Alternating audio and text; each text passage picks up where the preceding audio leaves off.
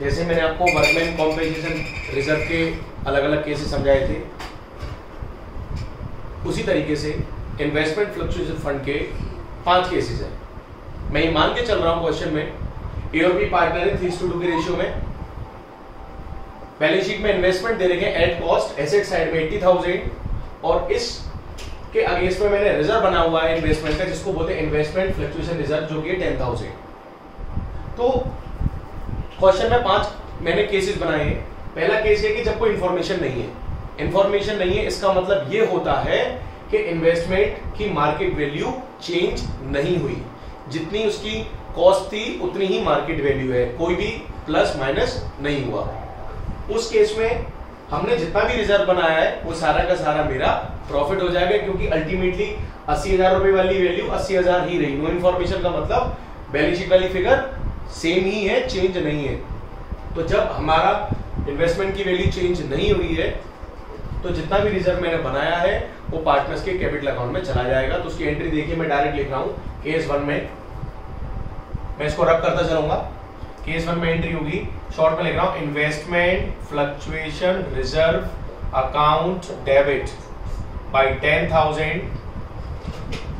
Partner है A और B, to A to B. आप पूरा लिखेंगे to A's capital account to B's capital account. 10,000 को ओल्ड रेशियो में बांट देंगे। ओल्ड रेशियो ऊपर मैंने खुद से बनाया है 3:2, 3/5 और 2/5, 6,000 4,000। पहला केस क्लियर, कोई डाउट? सेकंड केस में इन्वेस्टमेंट की वैल्यू 80,000 है, बैलेंस शीट में भी कितनी है 80,000। तो केस 1 और केस 2 में कोई डिफरेंस नहीं है, सिर्फ लैंग्वेज का डिफरेंस है। तो केस 1 का सॉल्यूशन और केस 2 का सॉल्यूशन सेम है, सेम एज पर केस 1। 2 केस क्लियर हो गए, इसको पहले नोट करिए 2 केस को। मैं आपको 10 सेकंड दे रहा हूं।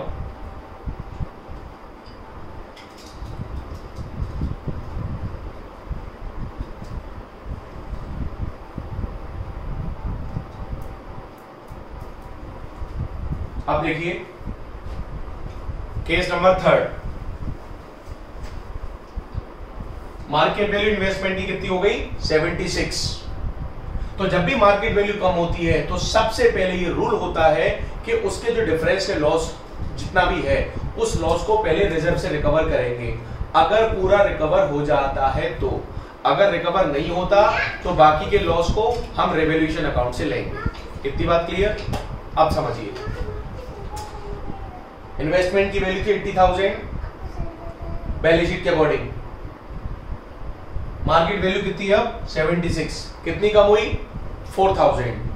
हमने ऑलरेडी कितना रिजर्व बना रखा है 10,000, तो 10,000 में से 4,000 रुपए में ट्रांसफर कर सकते हैं, रिकवर कर सकते हैं। बचा कितना 6,000, वो किसके अकाउंट में चला जाएगा पार्टनर्स कैपिटल अकाउंट में, ओल्ड रेशियो में। तो एंट्री क्या बनेगी केस नंबर 3 में, IFR अकाउंट डेबिट 10,000 में से इन्वेस्टमेंट के अकाउंट में कितने चले गए 4,000, जितने रुपए का लॉस है, to investment account.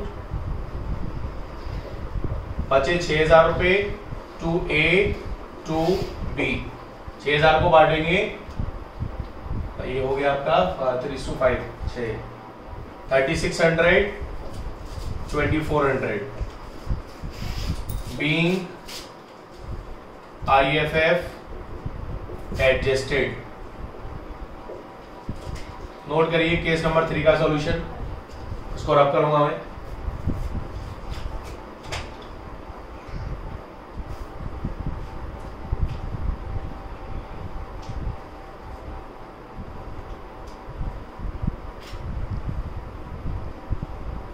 Next case number 4,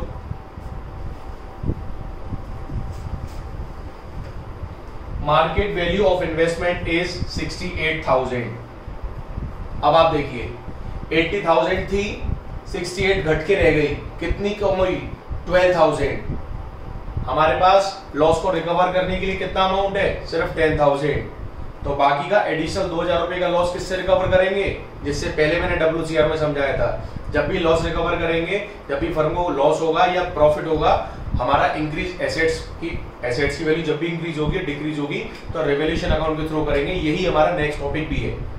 तो 12,000 हमारा लॉस हुआ, 12,000 में से 10,000 तो हम इस अकाउंट से ले लेंगे 2,000 रुपए, और हम किस अकाउंट से लेंगे, रिवैल्यूएशन अकाउंट से। और जैसे ही रिवैल्यूएशन अकाउंट से लेंगे उतना ही हमारा फिर पार्टनर्स को लॉस बियर करना पड़ेगा। एंट्री देखिए, IFR डेबिट 10,000, 2,000 कहां से लेंगे, रिवैल्यूएशन अकाउंट से, revaluation account debit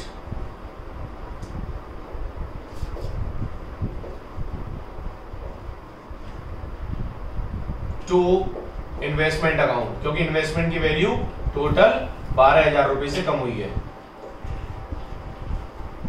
being IFR adjusted.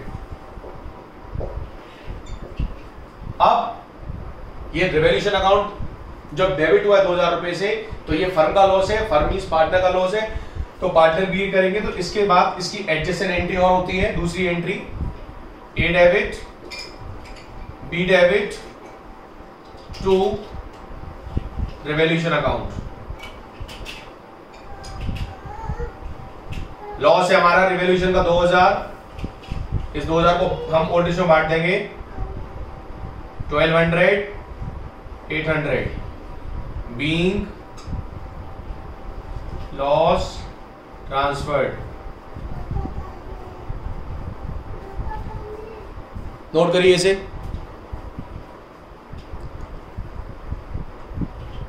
Case number 4 का सॉल्यूशन,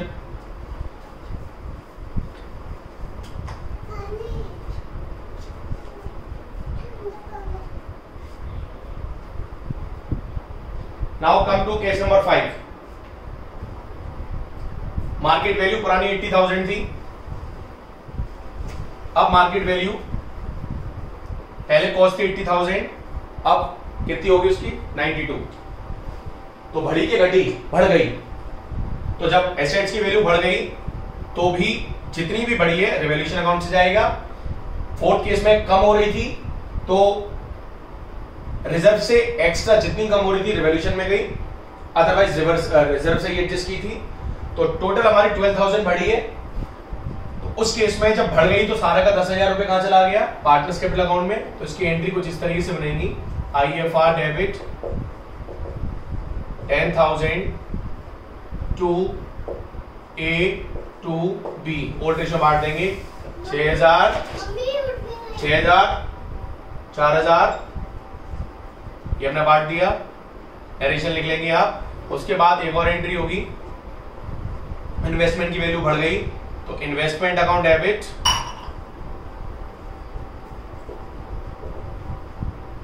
टू रिवैल्यूएशन,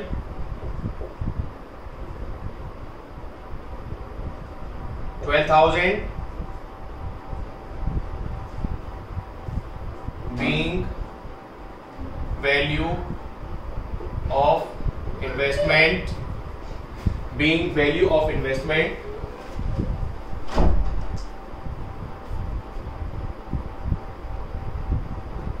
recorded। अब हमको फायदा हो गया 12,000 रुपए का, तो ये फायदा हमारा पार्टनर्स कैपिटल अकाउंट में जाएगा। तो लास्ट एंट्री रहेगी revaluation account debit 12,000 to A to B, इसको बांट देंगे तो ये आपका आ जाएगा 7200 4800।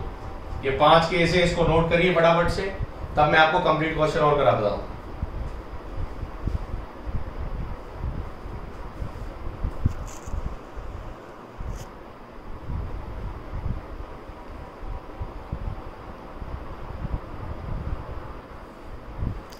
देखिए क्वेश्चन जो मैंने लिखा है इसको पहले पढ़ूंगा और ध्यान से समझिए।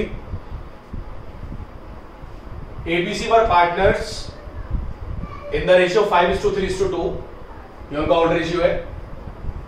With effect from 1 April 2020 they decide to share profit and loss equally. उनका न्यू रेशियो क्या है, 1:1:1। On that date they have following balance in balance sheet. उनके पास बैलेंस शीट में अलग अलग बैलेंसेस पड़े हुए हैं। जनरल रिजर्व के अकाउंट में 90,000 पड़ा है, जनरल रिजर्व कहां दे रखा होता है बैलेंस शीट में? Always on liability side. मैंने डायरेक्ट लिखा है प्रॉफिट एंड लॉस अकाउंट 60,000। अब इसके आगे ना तो डेबिट वर्ड यूज हो रहा ना क्रेडिट वर्ड यूज हो रहा, तो मैंने क्या बताया था आपको, हमेशा क्रेडिट वर्ड मानेंगे, और क्रेडिट का मतलब ये भी आपको बैलेंस शीट में लायबिलिटी साइड में दे रखा होगा। Third is advertisement suspense account, ये आपका एग्जांपल है डेफर्ड रेवेन्यू एक्सपेंडिचर का, तो ये बट नेचुरल है, हमारा लॉस है, और ये कहां दे रखा होगा बैलेंस शीट में? एसेट साइड में। अब ये तीन फिगर आपको दे रखे हैं, दो हैं आपके प्रॉफिट के और ये क्या हमारा लॉस, ठीक है। अब आपको जनरल एंट्री पास करनी है अलग अलग केसेस में। पहला केस है when partner want to distribute reserves profits and loss, यानी जब पार्टनर रिजर्व प्रॉफिट लॉस को बांटना चाहते हैं, या तो ऐसे बोलेगा या क्वेश्चन में कुछ नहीं बोलेगा, सिंपल बोलेगा पास नेसेसरी जर्नल एंट्री। ध्यान रखना क्या वर्ड यूज होगा, पास नेसेसरी जर्नल एंट्रीज। अगर पास नेसेसरी जर्नल एंट्रीज बोल रहा है या ऐसे बोल रहा है when partners wants to distribute reserve profit and loss, तो उस केस में ये तीनों आइटम पार्टनर्स के कैपिटल अकाउंट में ओल्ड रेशियो में बढ़ जाएंगे। जिनकी वजह से पार्टनर्स की वैल्यू बढ़ रही है वो आइटम होंगे डेबिट और पार्टनर्स कैपिटल अकाउंट होगा क्रेडिट, और जिनकी वजह से पार्टनर की कैपिटल कम हो रही है यानी लॉस की वजह से, तो पार्टनर्स की कैपिटल अकाउंट हो जाएंगे डेबिट और वो लॉस हो जाएगा क्रेडिट ओल्ड रेशियो में। तो पहले केस में पार्टनर्स आते हैं, तो general reserve profit and loss अलग अलग एंट्री करना चाहें तो अलग अलग कर सकते हैं, जैसे जनरल रिजर्व को अलग बांटेंगे, प्रॉफिट एंड लॉस को अलग बांटेंगे। एक साथ करना चाहे एक साथ कर दें, मैं एक साथ करने को समझा रहा हूं। केस 1 के अकॉर्डिंग सॉल्यूशन देखिए, मैं शॉर्ट में लिख रहा हूं general reserve account debit 90,000, profit and loss account debit 60,000, total कितना हो गया 1,50,000। ये किस किस को मिलेगा, ए बी और सी को, किस रेशियो में 5:3:2 के रेशियो में। तो ये आ गया 75,000, ओल्ड रेशियो से मल्टीप्लाई करेंगे 45,000 30,000 being general reserve and P&L transferred. Short में लिखा है, आप प्रॉपर लिखेंगे क्योंकि टाइम कम होता है मेरे पे, वीडियो रिकॉर्डिंग चल रही है। General reserve account debit 90,000, profit and loss account debit 60,000, total 150 हो गया। ये फर्म का प्रॉफिट, ये पार्टनर्स का प्रॉफिट है, जिसकी वजह से पार्टनर्स की कैपिटल बढ़ेगी, तो बढ़ने 20 increase in capital is always credit, तो ये आइटम हो जाएंगे डेबिट। दूसरी एंट्रीज की जो होगी लॉस की वजह से पार्टनर्स की कैपिटल कम होगी, तो A debit, B debit, C debit to advertisement suspense account.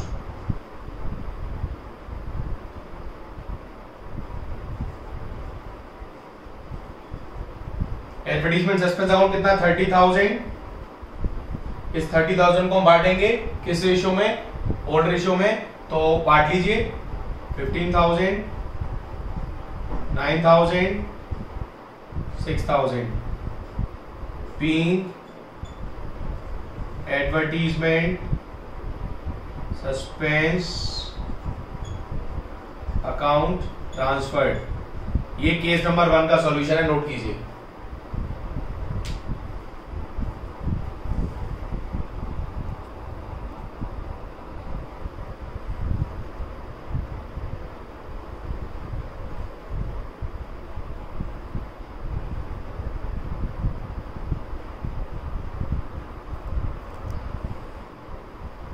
अब देखिए केस नंबर 2 जो कि बहुत इंपॉर्टेंट है, ध्यान से सुनना।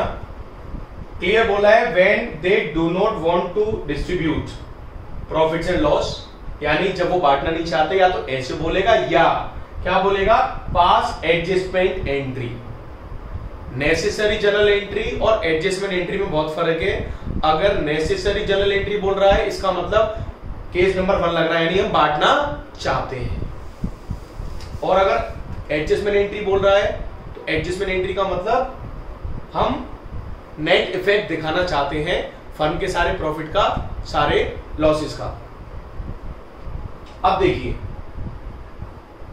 सबसे पहले जब हम बांटना नहीं चाहते तो मैंने आपको क्या बताया था, किस पार्टनर को कितना गेन हो रहा है रेशियो चेंज होने की वजह से, किस पार्टनर ने कितना सेक्रीफाइस किया रेशियो चेंज होने की वजह से, सबसे पहले हम वो निकालेंगे क्योंकि इसमें गेनिंग और सेक्रीफाइस से ही एडजस्टमेंट एंट्री होगी।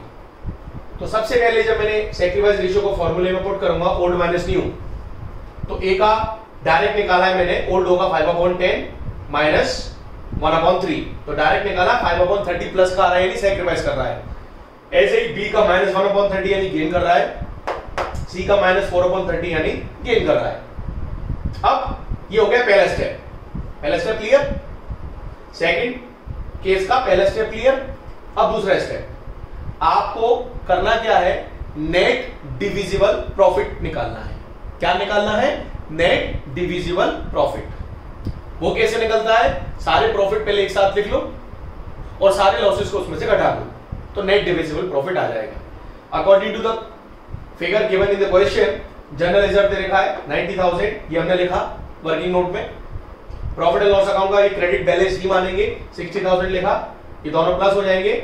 एडवर्टीजमेंट इस टोटल में से माइनस हो जाएगा, तो 90 plus 60 becomes 1,50,000 minus 30,000, net divisible profit आ गया 120। इसको बोलेंगे नेट डिविजिबल